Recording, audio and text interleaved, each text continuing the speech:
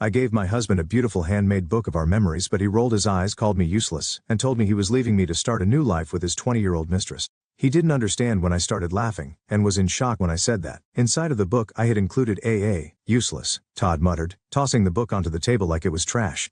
I stared at him, my chest tightening. What? This, he said, gesturing dismissively at the handmade scrapbook I'd spent weeks creating. This is the best you could come up with? A pile of pictures and sentimental garbage? You're ridiculous, Lydia. My hands clenched in my lap, but I forced myself to stay calm. I thought you'd appreciate something meaningful.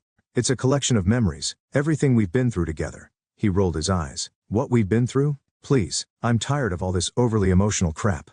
You could have gotten me something useful, but instead you waste time on this nonsense. It's embarrassing. I took a deep breath, trying to keep the sting of his words from showing on my face. Todd, I know, he interrupted, standing up and running a hand through his hair. You don't get it, do you? This isn't working anymore. You're not working anymore. I need someone who can actually add value to my life, not drag me down with this pathetic attempt to be thoughtful. My stomach twisted. What are you saying?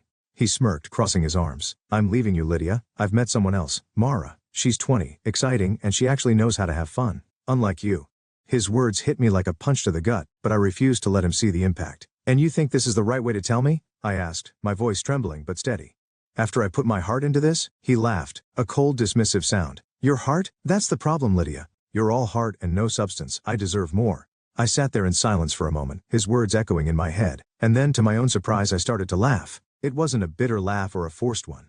It was genuine, loud, and it cut through the tension in the room like a knife. What's so funny? Todd asked, narrowing his eyes. I stood up, still laughing, and reached for the book. You don't even know what you're walking away from, I said, flipping to the back page. What are you talking about? He asked, suspicion creeping into his voice. I pulled out the folded deed tucked into the final page and held it up. This, the deed to a vacation house I bought for us. I was going to surprise you tonight, but I guess that's off the table now. His jaw dropped. You bought a vacation house? I smiled sweetly, slipping the deed into my purse. Looks like Mara won't be enjoying that, will she? Todd's face twisted into something between disbelief and panic. For the first time all evening he was at a loss for words. You bought a house? He finally stammered, his smug confidence crumbling. Since when do you make decisions like that? I tilted my head, my smile never wavering. Since I realized I can't depend on you for anything meaningful, Todd. While you were busy finding excitement with a 20-year-old, I was building a future for us. Silly me for thinking we wanted the same things. He opened his mouth to retort but closed it again, his eyes darting to the book still lying on the table. It was as if he were trying to figure out how this had slipped through his fingers. You're overreacting, he said finally, though his voice lacked conviction. This doesn't change anything. Mara and you? I cut him off, shaking my head. Todd, I don't care. Take her. Take your exciting life and get out of mine. You've made it abundantly clear where I stand. I walked out of the living room and into the bedroom we once shared, the sound of Todd's sputtering excuses following me. As I packed a small overnight bag, I could hear him pacing, probably trying to figure out how to salvage the situation without admitting he'd completely miscalculated. I paused for a moment, staring at the photos on the dresser, wedding pictures, trips we'd taken, moments that once seemed so full of promise. They felt like relics from another life, one I'd been clinging to for far too long. By the time I returned to the living room, Todd was standing by the door, his arms crossed in what I assumed was an attempt to look composed. You're really just going to leave? He asked, his tone incredulous. I am, I said simply, brushing past him. This is ridiculous, he snapped. You're being petty, Lydia. You'll regret this. I paused at the door, turning back to face him. Maybe, but at least I won't regret staying in a marriage where I'm nothing but a punchline to you. With that, I stepped outside, the night air cool against my face. I felt the weight of Todd's expectations lift off my shoulders. As I drove away, the deed safely tucked in my bag, I realized I wasn't leaving with just my belongings. I was leaving with something far more valuable, the clarity that I deserved better. Let Todd have his fun. I was done playing the part of the loyal wife in his selfish little game. I drove straight to Grace's house. She was the only person I could think of who would truly understand what had just happened without judgment. When she opened the door, she took one look at me and frowned. What did he do this time? Can I come in? I asked, my voice steady but tired. She stepped aside, waving me in. Of course. Kitchen or living room? Kitchen, I said, knowing she'd already be reaching for the wine. Minutes later we were seated at her small kitchen table, a glass of Merlot in front of me and her undivided attention across from me. So, she said, leaning back in her chair. Spill. I took a deep breath, recounting everything, from the scrapbook to Todd's cruel words, to his grand announcement about Mara. By the time I got to the part about the vacation house, her jaw had dropped. He called you useless after all you've done for him, she said, her voice rising with indignation, and then had the audacity to tell you he was leaving for some 20-year-old? Are you kidding me? I shook my head, swirling the wine in my glass. Nope, that's Todd, always so self-assured, always thinking I'd just roll over and accept it. But you didn't, Grace said, a smile breaking through her anger. You walked out, you took back the house. And honestly, Lydia, good for you. Hearing her say it out loud made something inside me shift. I hadn't just walked away from Todd, I'd walked away from years of trying to be someone he could appreciate, someone who would never be enough for him. What now? Grace asked, snapping me out of my thoughts. I don't know, I admitted. I've been so wrapped up in making our marriage work. I don't even know who I am outside of it. Grace reached across the table and placed a hand over mine. You figure it out one step at a time, but first, you stay here tonight. No arguing. I smiled. Thanks, Grace. Later that night as I lay on the couch in her living room, I felt the exhaustion of the day finally catch up to me, but beneath the tiredness was something else, relief. Todd was no longer my problem. For years I'd bent over backward to make him happy, and now I didn't have to. I didn't know what the future held, but I was excited to find out. The morning after I left Todd, I woke up in Grace's living room to the sound of my phone vibrating relentlessly on the coffee table. Groaning, I reached for it, squinting at the screen. Missed calls, 6, text messages, 14, all from Todd. I unlocked my phone, scrolling through the barrage of messages. Where did you go? We need to talk. You're being childish, Lydia. You can't just walk away like this. The last one made me laugh bitterly. Walk away? That's exactly what he told me he was doing last night. Grace wandered into the room, a cup of coffee in hand. Let me guess. Todd? Bingo, I muttered, holding up the phone. He's losing it. Well, what did he expect? She said, setting the coffee down in front of me. You don't get to treat someone like garbage and then act shocked when they stop putting up with it. I nodded, sipping the coffee. He's not used to consequences. He's always gotten away with everything. His arrogance, his selfishness. But this time he's not getting what he wants. Damn right he's not, Grace said, a satisfied grin on her face. Later that day I received another text, but this one caught my attention. I'll come by the house later. We need to sort this out, my house. He was still acting like it was his, like he had any right to come and go as he pleased. I thought about replying, telling him to stay away, but then I remembered something Grace had said the night before. Let him stew in it for a while. Instead, I ignored the text and spent the day with Grace, helping her with errands and catching up on parts of my life I'd neglected for years. By the time I returned to my house that evening, Todd's car was already parked in the driveway. I parked on the street, taking a deep breath before walking up to the door. He was pacing in the living room when I walked in, his expression a mix of anger and desperation. You finally decided to show up, he said, his voice sharp. I live here, I replied calmly, setting my purse down on the counter. What are you doing here? We need to talk, he said, his tone softening. This has gotten out of hand. I folded my arms, leaning against the counter. What's gotten out of hand, Todd? The fact that I finally stood up for myself? Or the fact that you're realizing Mara isn't the prize you thought she was? His jaw tightened, and for a moment I thought he might explode, but instead he sat down on the couch, running a hand through his hair. Look, I made a mistake. Okay? I wasn't thinking clearly, but we can fix this. I shook my head, a bitter laugh escaping my lips. Fix this? Todd, this isn't a broken vase. This is years of you taking me for granted, dismissing everything I do, and expecting me to keep smiling through it. Lydia, he started, but I cut him off. No, I said firmly. You don't get to decide when we fix things. You made your choice. Now you can live with it. I grabbed my bag and walked upstairs, leaving him sitting there in stunned silence. The day after Todd's tantrum, I packed his things, left them neatly by the front door, and changed the locks. When he came back that evening looking smug as ever, I met him on the porch with a firm expression and a folder in hand. What's this? He asked, glancing down at the papers I held. Your things, I said, gesturing to the suitcase by the door. And this is the contact information for the lawyer I hired this morning. You'll be hearing from her soon. His jaw tightened, but he still couldn't resist one last dig. You're being ridiculous, Lydia. You can't handle life without me. I smiled faintly. We'll see about that. Now get off my porch. He stared at me, his confidence finally faltering before grabbing his suitcase and stalking off. Over the next 2 weeks, Todd's absence felt like a breath of fresh air. The house was quieter, cleaner, but it felt like a home instead of a battlefield. I stayed busy, throwing myself into work, reconnecting with friends, and leaning on Grace for emotional support. She was thrilled to see me finally standing up for myself. Good riddance, she'd said when I told her I'd kicked Todd out. He was a leech, Lydia. You're better off without him. I knew she was right, but there were moments, quiet ones usually late at night, when doubt crept in. Had I really done the right thing? What if I ended up regretting it? Those thoughts didn't last long though, especially not after I got the call from Todd. Lydia, he said, his voice tight with frustration. We need to talk. I sighed, already tired of the conversation before it began. What do you want, Todd? It's Mara, he said, bitterness dripping from every word. She's gone. The corner of my mouth twitched. Is that so? She laughed at me. He spat, the words coming out in a rush. She said I was pathetic. Said I threw away the only good thing I had going for me. She couldn't believe I let you keep the house. Now I was smiling outright. Ah, the house. I'm sure that stung. She said I was an idiot, he continued, ignoring my sarcasm. A complete loser for losing everything you'd worked for. And then she walked out. It was almost too satisfying to hear. The man who dismissed me, belittled me, and thought he could replace me with someone younger was finally facing the consequences of his actions. And now you're calling me because? I asked, my tone cool. Because I made a mistake, he said, his voice dropping. A huge mistake. Can we talk, please? I shook my head even though he couldn't see me. No, Todd, we have nothing to talk about. You made your bed. Now you can lie in it. Before he could respond, I hung up, letting the silence settle around me like a warm blanket. That night as I sat on the couch with a cup of tea, I felt a deep sense of relief. Todd's life was unraveling, but for the first time, it wasn't my problem. I had my life back, and I wasn't looking back. The divorce process moved faster than I'd anticipated. My lawyer helped me organize my finances, document everything, and ensure that I'd be protected. Now, as I sat in her office reviewing the finalized paperwork, I felt a strange mix of emotions: relief, closure, and a lingering twinge of disbelief that this chapter of my life was finally ending. "Everything looks solid," my lawyer said, flipping through the pages. "Todd doesn't have much leverage here, especially since he hasn't contested anything. Frankly, I think he knows he's not in a position to fight you." I nodded, a small smile tugging at my lips. "I think he's finally realized I'm not the pushover he thought I was."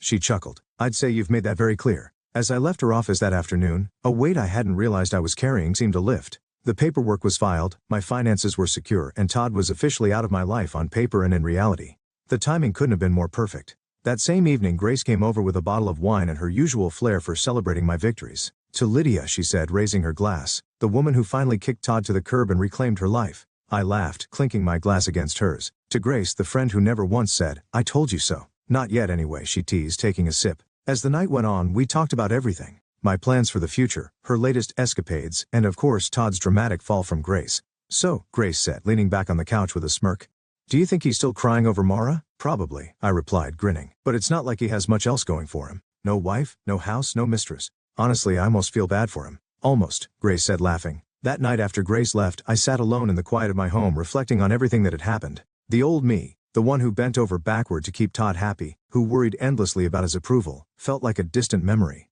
This new version of myself, the one who could laugh at his downfall and find joy in reclaiming my life, was here to stay. Todd had underestimated me, but I hadn't. I felt like I was exactly where I was meant to be. The weeks after the divorce were a whirlwind of change, but the chaos felt like mine to control. Without Todd's shadow looming over every decision, I found myself rediscovering the pieces of me that had been buried under years of his criticism and demands. It wasn't just about rebuilding, it was about thriving. One of the first things I did was visit the vacation house. For so long it had been this abstract symbol of hope, a promise of something better for our future. But now, it was mine, completely untethered from Todd or his arrogance. When I pulled up to the property, nestled against the backdrop of a serene lake and surrounded by towering pines, I felt a rush of pride. I'd done this. I'd made this dream a reality, not for Todd, not for us, but for me. Inside the house was everything I'd imagined. Cozy but spacious, with large windows that framed the picturesque view. I spent the weekend there alone, unpacking boxes, arranging furniture, and savoring the peace that came with knowing I no longer had to share it with someone who didn't value me. Grace came to visit the following weekend, bringing her usual brand of contagious energy. "This place is amazing," she said, spinning in a slow circle in the living room. "How did you keep this a secret for so long?" "I don't know," I admitted, laughing. "I think I wanted it to be perfect before I shared it with anyone. And honestly, part of me was afraid Todd would ruin it." "Well, it's perfect now," she said, plopping onto the couch, "and you deserve every bit of it." I smiled, feeling a warmth that had nothing to do with the sunlight streaming through the windows. I felt like I truly deserved something good. As the weeks turned into months, I started to fill my life with things I'd put on hold for too long. I took up photography again, spending hours capturing the beauty of the lake and the surrounding woods. I joined a local book club, something Todd had always scoffed at as a waste of time, and I started traveling, not for work, not to meet anyone's expectations, but simply because I wanted to. Each new experience felt like a small rebellion against the version of myself I'd been with Todd. I wasn't just living, I was thriving. One evening as I sat on the deck of the vacation house with a glass of wine in hand, I thought about the life I'd left behind. There was no anger anymore, no bitterness, just gratitude for the lessons I'd learned and the freedom I'd gained. A few months after the divorce was finalized, life felt like it had finally settled into a new rhythm. The vacation house became my sanctuary, a place where I could be alone with my thoughts or invite friends over to share the peace I'd found. Grace visited often, usually with a bottle of wine and stories about her latest adventures. "You've completely transformed, you know that?" she said one evening as we sat by the fire pit overlooking the lake. I looked at her, raising an eyebrow. "Transformed how?"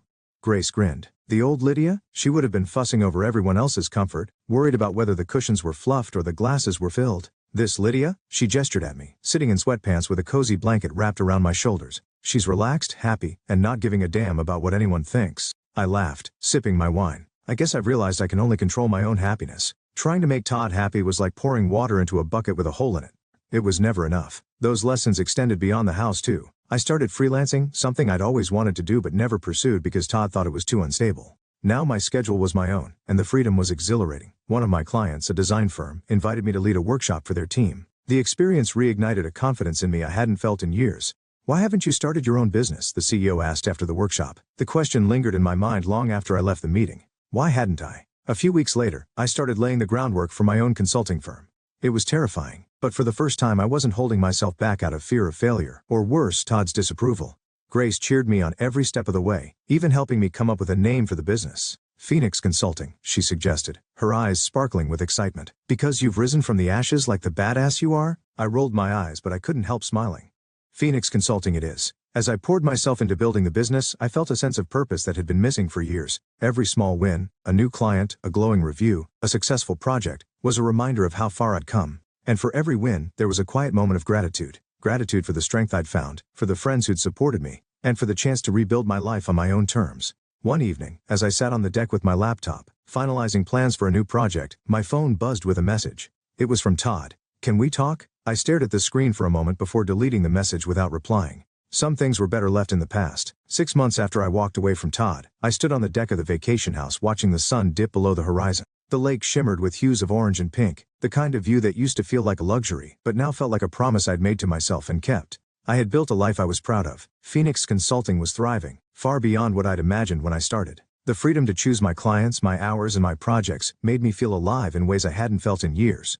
Grace visited that evening as she often did, carrying a box of pastries from a local bakery. "You know, I never thought I'd say this," she said, setting the box on the table. "But I think Todd did you a favor." I laughed, pouring us both a glass of wine. "You're not wrong. If he hadn't been such a jerk, I might still be stuck trying to make him happy." She raised her glass. "To Todd, the world's most clueless man, for setting you free." We clinked glasses laughing, but her words stayed with me long after she left. I'd been so focused on moving forward that I hadn't stopped to reflect on just how much had changed. The timid version of myself who constantly sought Todd's approval felt like a stranger now. This new life wasn't just about escaping a bad marriage, it was about rediscovering who I was, what I wanted, and what made me happy. And I felt like I knew the answers. As the stars began to dot the sky, I grabbed a notebook and pen, jotting down ideas for the future. A new marketing strategy for Phoenix Consulting, a list of places I wanted to travel to next. Goals I hadn't dared to dream of until now. Not that later, as I closed the notebook and looked out at the lake, I realized something. I wasn't just free from Todd's expectations. I was free from my own doubts, the ones that had kept me small and scared for so long. A month later, I received an email from one of my new clients. The subject line read, "Keynote Opportunity." Curious, I opened it and scanned the message. They wanted me to speak at an upcoming industry conference about my journey as an entrepreneur, highlighting the success of Phoenix Consulting. For a moment I hesitated. Public speaking had never been my strong suit. Todd had often mocked me for fumbling over my words during casual conversations, let alone something as formal as a keynote speech. But this time his voice didn't matter. I hit reply and typed, "I'd be honored to participate." Preparing for the keynote became a new focus, and with Grace's encouragement I poured my energy into crafting a speech that felt authentic. "Don't sugarcoat anything," Grace advised. "Tell your story the way it is. Failures, triumphs, all of it. That's what people connect with." And that's exactly what I did. The day of the conference arrived, and as I stood backstage waiting for my turn to speak, I felt a familiar mix of nerves and excitement. When the host introduced me, I walked onto the stage to polite applause. Taking a deep breath, I began. "My name is Lydia, and a year ago I never would have imagined standing here. Back then, my life revolved around trying to meet the expectations of someone who didn't believe in me.